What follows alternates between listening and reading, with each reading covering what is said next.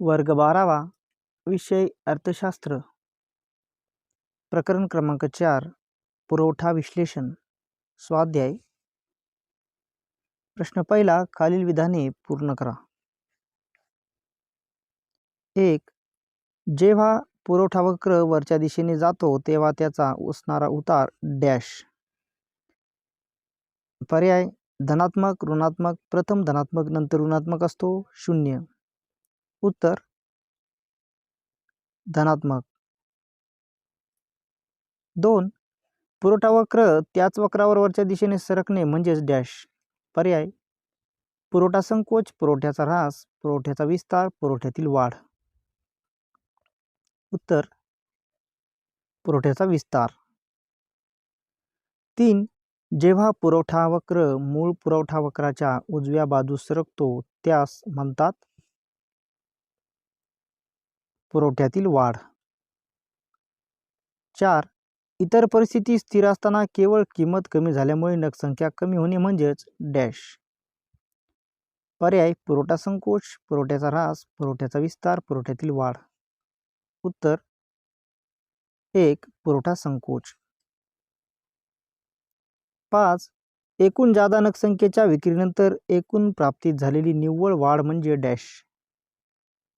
पर्याय एकूण प्राप्ती सीमांत प्राप्ती सरासरी प्राप्ती सीमांत खर्च। उत्तर सीमांत प्राप्ती।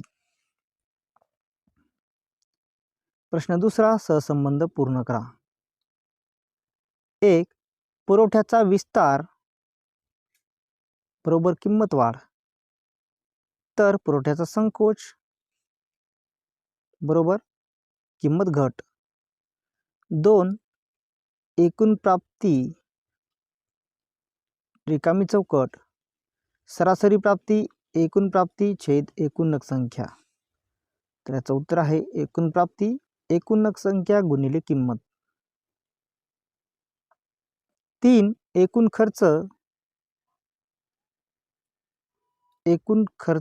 एकूण स्थिर खर्च अधिक एकूण बदलता खर्च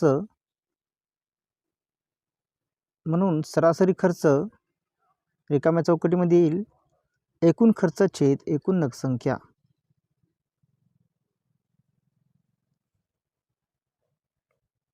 4. मागणी वक्र बरोबर रिकामी चौकट पुरवठा वक्र बरोबर वर जाणारा तर मागणी वक्र बरोबर खाली येणारा। 5. रिकामी चौकट पुरवठ्यातील बदल इतर घटक स्थिर पुरवठ्याचे विचलन। तर या रिकाम्या चौकटीमध्ये येईल किंमत स्थिर।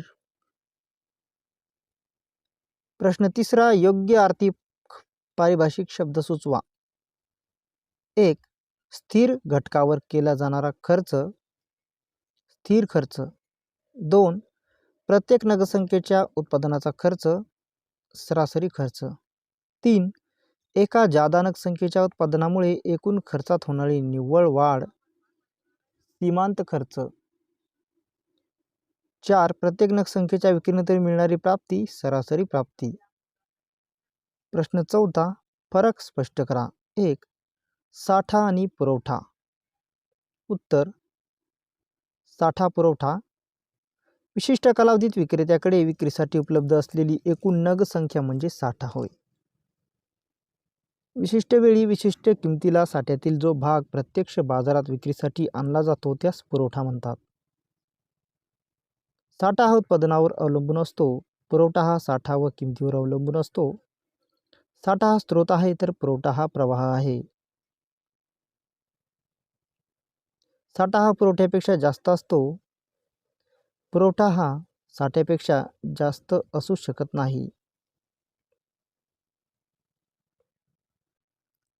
उदाहरणार्थ एखाद्या शेतकऱ्याने 400 गोणीचे कांद्याचे उत्पादन केले असेल तर 400 गोणींचा साठा होईल। उदाहरणार्थ शेतकरी आपल्या जवळील 400 गोणीपैकी 10 रुपये किमतीला 100 गोणी प्रत्यक्ष विक्रीसाठी बाजारात आणतो। 2. पुरवठ्याचा विस्तार आणि पुरवठ्यातील वाढ। उत्तर पुरवठ्याचा विस्तार पुरवठ्यातील वाढ। इतर घटक स्थिर असताना किमतीत वाढ झाल्यामुळे पुरवठ्यात जी वाढ होते त्यास पुरवठ्यातील विस्तार असे म्हणतात. किंमत स्थिर असताना इतर घटकात अनुकूल बदल झाल्यामुळे जेव्हा पुरवठा वाढतो तेव्हा त्यास पुरवठ्यातील वृद्धी असे म्हणतात. किंमत वाढल्यामुळे पुरवठ्याचा विस्तार होतो. इतर घटकात अनुकूल बदल झाल्यामुळे पुरवठ्यात वृद्धी होते. पुरवठ्याचा विस्तार आकृती. पुरवठ्यातील वाढ आकृती. 3. पुरवठ्याचा संकोच आणि पुरवठ्याचा ऱ्हास. उत्तर. पुरवठ्याचा संकोच, पुरवठ्याचा ऱ्हास. इतर घटक स्थिर असताना किमतीत घट झाल्यामुळे पुरवठा कमी होतो. पुरवठा कमी होतो तेव्हा त्यास पुरवठ्यातील संकोच असे म्हणतात. किंमत स्थिर असताना इतर घटकात प्रतिकूल बदल झाल्यामुळे जेव्हा पुरवठा कमी होतो तेव्हा त्यास पुरवठ्याचा ऱ्हास असे म्हणतात.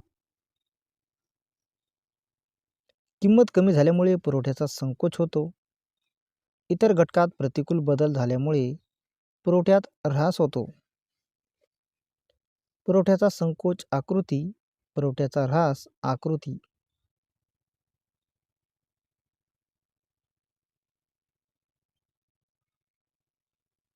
4. सरासरी खर्च आणि सरासरी प्राप्ती. सरासरी खर्च, सरासरी प्राप्ती. प्रत्येक नगरसंख्येच्या उत्पादनासाठी येणारा एकूण खर्च म्हणजे सरासरी खर्च होय. प्रत्येक नगरसंख्येच्या विक्रीनंतर मिळणारी रक्कम म्हणजेच सरासरी प्राप्ती होय. एकूण खर्चाला एकूण नगरसंख्येने भागल्यास सरासरी खर्च मिळतो. तर एकूण प्राप्तीला एकूण नगरसंख्येने भागल्यास सरासरी प्राप्ती मिळते. सूत्र. सरासरी खर्च बरोबर एकूण खर्च छेद एकूण नगरसंख्या. सरासरी प्राप्ती सूत्र. सरासरी प्राप्ती बरोबर एकूण खर्च छेद एकूण नगरसंख्या. प्रश्न 5वा. खालील पत्रकावरून प्रश्नांची उत्तरे द्या. अ. चॉकलेटचे पुरवठा पत्रक. तर यामध्ये किंमत आणि पुरवठा नगरसंख्या दिलेली आहे. तर यातील प्रश्न पहिला आहे, वरील पुरवठा पत्रक पूर्ण करा. तर याचं उत्तर आपल्याला देता येईल. किंमत 10 असताना पुरवठा नगरसंख्या 200 होते. किंमत 15 असताना 250, 20 असताना 300, 25 असताना 350, 30 असताना 400, 35 असताना 450 आणि 40 असताना 500. प्रश्न 2. वरील पुरवठा पत्रकाच्या सहाय्याने आकृती काढा आणि वरील आकृतीचे स्पष्टीकरण करा. उत्तर. या पद्धतीने आपल्याला आकृती काढता येईल. या आकृतीत या अक्षावर किंमत तर क्ष अक्षावर पुरवठा नगरसंख्या दर्शवली आहे. किंमत जसजशी वाढत जाते तसतसा पुरवठाही वाढत जातो. यावरून तयार झालेले बिंदू जोडले असता पुरवठा वक्र डावीकडून उजवीकडे वर जाणारा बनतो व तो किंमत व पुरवठ्यात समसंबंध स्पष्ट करतो. 3. किंमत आणि पुरवठा यातील सहसंबंध स्पष्ट करा. उत्तर. किंमत हा पुरवठ्यावर परिणाम करणारा महत्त्वाचा घटक आहे. जास्तीत जास्त किमतीला अधिक पुरवठा केला जातो तर कमी किमतीला कमी पुरवठा केला जातो. अशा प्रकारे किंमत व पुरवठ्यात समसंबंध असतो. ब. बटाटा बाजारपत्रकाचे निरीक्षण करून खालील उत्तरे द्या. 1. बाजारात उद्योग संस्थांनी केलेल्या बटाटा नगरसंख्येचा पुरवठा वरील पत्रकामध्ये पूर्ण करा. उत्तर. या ठिकाणी मित्रांनो किंमत उद्योग संस्था किलोग्रॅममध्ये आणि बाजार पुरवठा किलोग्रॅममध्ये दिलेला आहे. तर किंमत 1 असताना ब आणि क यांनी 20 किलोग्रॅम आणि क यांनी 45 किलोग्रॅम, तर असं टोटल 100 किलोग्रॅम होते. तर 100 किलोग्रॅमसाठी अ या बॉक्समध्ये आपल्याला 35, अ या उद्योग संस्थांनी किती केला असेल तर 35, या तिन्हींची मिळून बेरीज येईल आपली 100. तर 100 बेरीज येण्यासाठी जो आकडा येईल तो आपल्याला रिकाम्या चौकटीमध्ये लिहायचा आहे.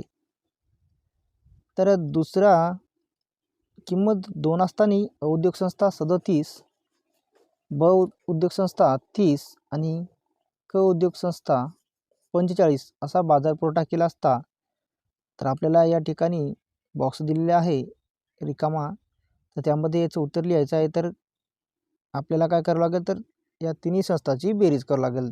तिन्ही संस्थांनी केलेल्या पुरवठ्याची 37, 30 आणि 45 किती उत्तर येईल? 112. दुसरा आहे, अ यांनी उद्योग संस्थेने 40 किलोग्रॅमचा पुरवठा केला आहे आणि बचा बॉक्स रिकामा आहे. कचा 55 दिलेला आहे आणि इकडे एकूण बाजार पुरवठा जो आहे तो 135 आहे. तर 40 आणि 55,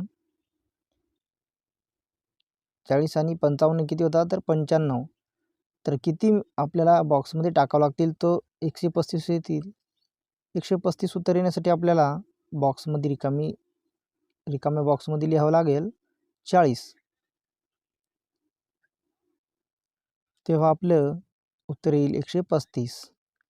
त्यानंतर किंमत 4 असताना उद्योग संस्थेने 44 किलोग्रॅम पुरवठा केला.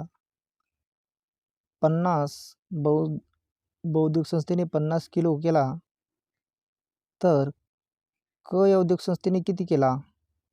एकूण किलोग्रॅम आहे 154. तर याचं उत्तर येईल 60.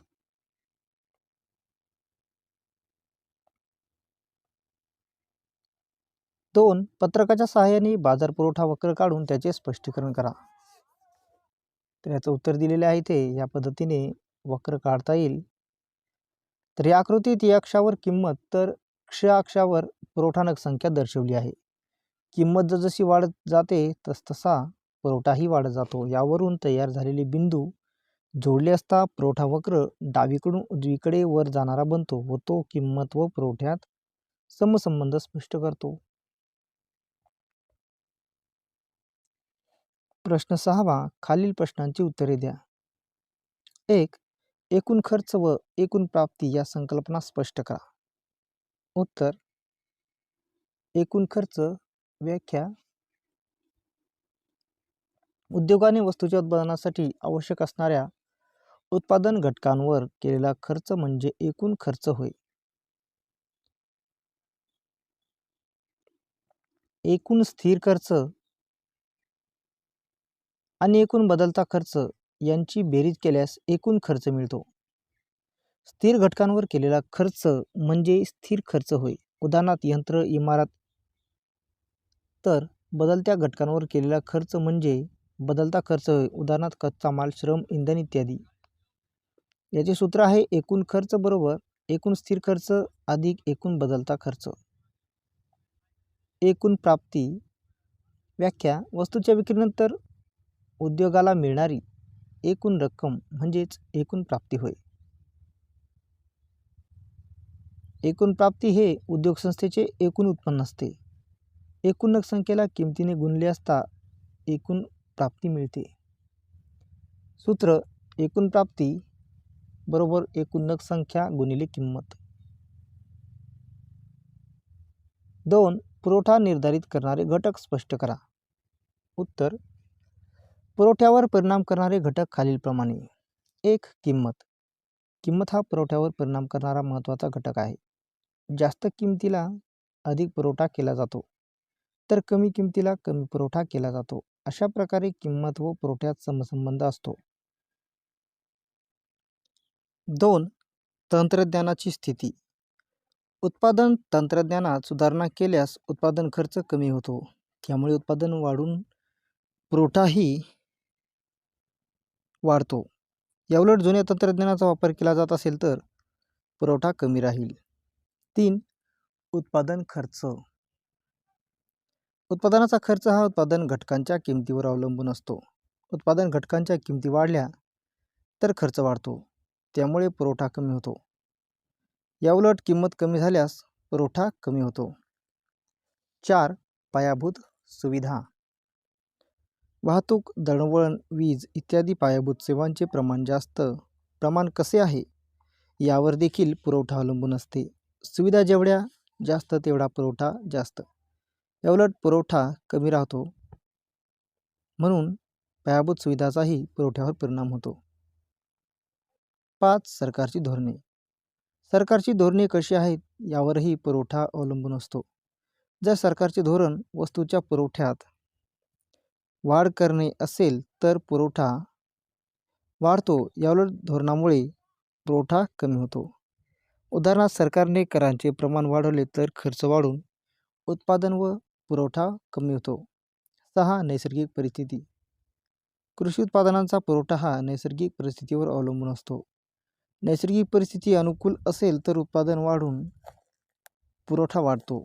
याउलट प्रतिकूल परिस्थितीत पुरवठा कमी होतो. भविष्यकालीन किमतींचा अंदाज. विक्रेत्यांचा अंदाज जर नजीकच्या काळात किंमत वाढेल असा असेल तर वर्तमान काळात पुरवठा कमी केला जातो.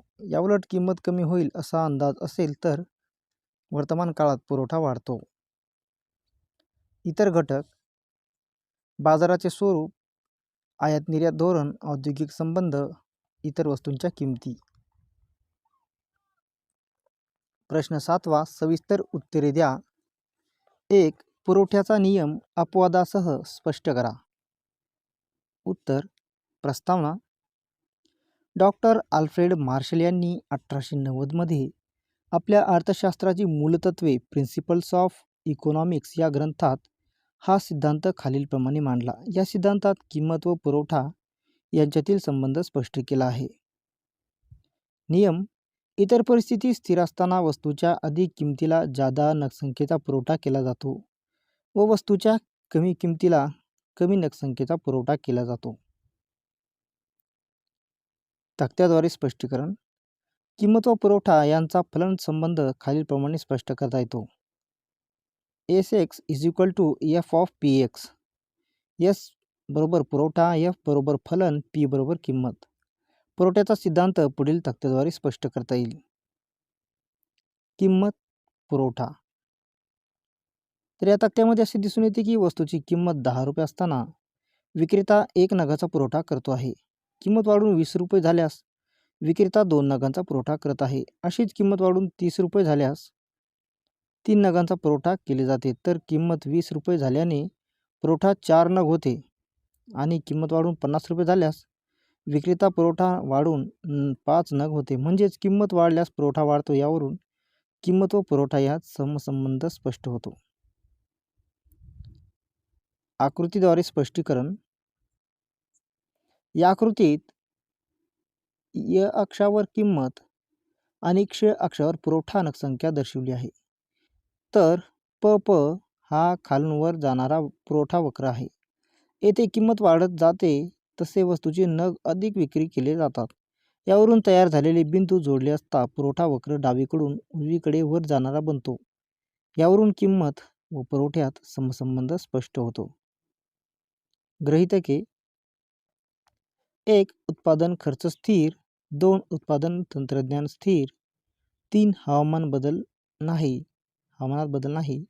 4. वाहतूक खर्च स्थिर. 5. शासनाचे धोरण स्थिर. 6. भविष्यकालीन अंदाज स्थिर.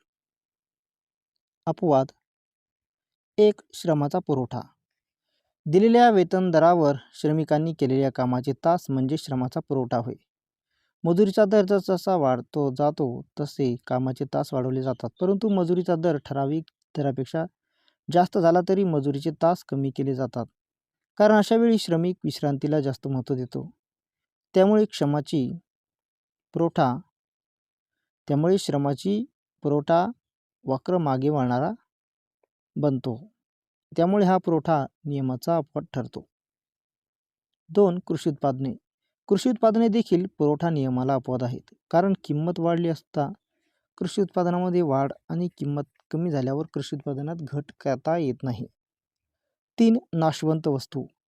नाशवंत वस्तूंच्या बाबतीत नुकसान टाळण्यासाठी विक्रेते कमी किमतीलाही जास्त पुरवठा करू शकतात. त्यामुळे त्या पुरवठ्याच्या नियमाला अपवाद ठरतात. 4. दुर्मिळ वस्तू. ज्या वस्तू सहजासहजी उपलब्ध होऊ शकत नाहीत अशा वस्तूंच्या बाबतीतसुद्धा पुरवठ्याचा नियम लागू होत नाही, म्हणून हा मागणीच्या नियमाचा अपवाद आहे. 5. रोख रकमेची तीव्र गरज. जर विक्रेत्याला रोख रकमेची तीव्र गरज असेल तर विक्रेता आपला माल बाजार किमतीपेक्षा कमी किमतीलाही वस्तूची विक्री करेल, म्हणून हा देखील पुरवठ्याच्या नियमाचा अपवाद आहे.